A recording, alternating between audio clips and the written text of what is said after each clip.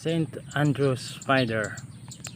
So yan ang tawag dyan sa gagamba na yan. So St. Andrews spider, yan, common yan sa mga bukid. So ayan mga kaibigan, yan ang St. Andrews spider tawag yan. Common to sa mga likod ng bahay natin na may mga halaman, sa mga punong kahoy, mangga. Very common tong gagamba na to, St. Andrews spider.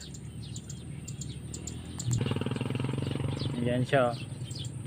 Yan.